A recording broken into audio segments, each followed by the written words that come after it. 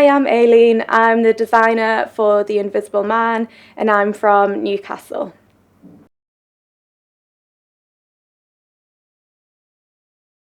So the set design, it's made up of different levels.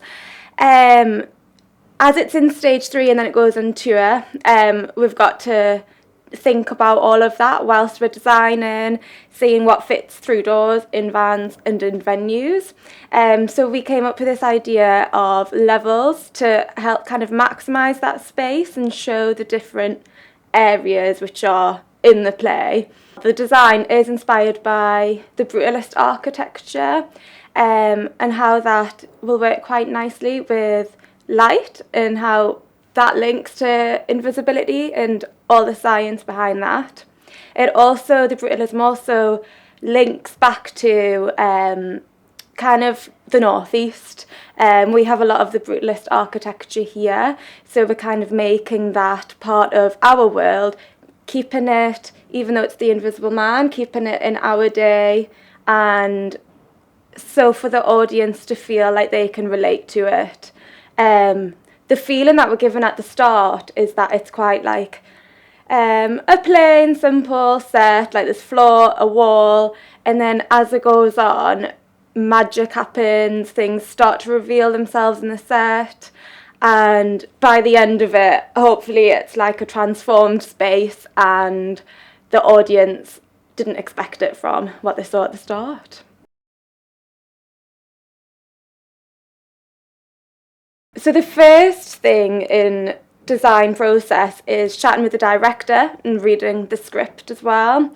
There was also chats with the writer Phil as well as the director Anna. So reading the script, chatting it through, I start to make lists of things.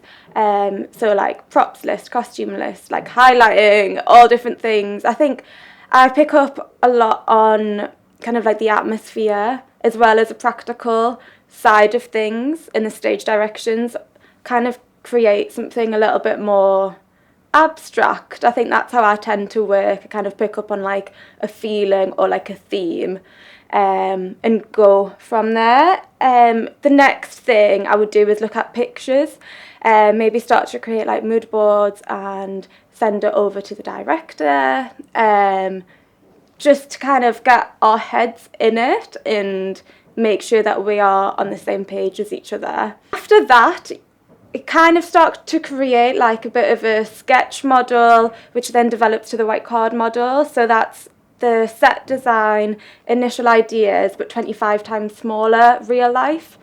So it fits into a box and it's kind of a bit like a doll's house.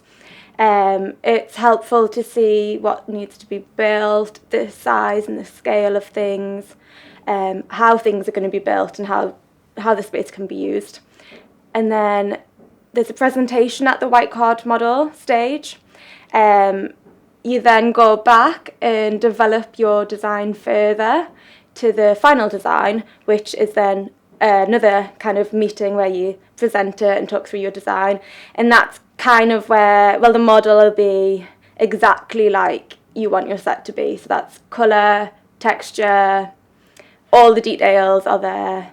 And at this stage as well, you'd be looking at your costumes and having costume designs as well. And I guess after that, well, rehearsals can start and it's a series of meetings and like speaking to the costume supervisor, stage management, finding the props and finding the costumes. Popping into rehearsals and problem solving, and doing, well, the set build as well. So that in this occasion, they are rehearsing on the set, which I've found to be a really good idea for me on this project. But normally they would not rehearse on the set, but then they would get the set towards tech. But yeah, I think it works well having them rehearse on the stage and on the set for me. It just gives that bit more time for things to be changed and for the actors to get used to the space as well.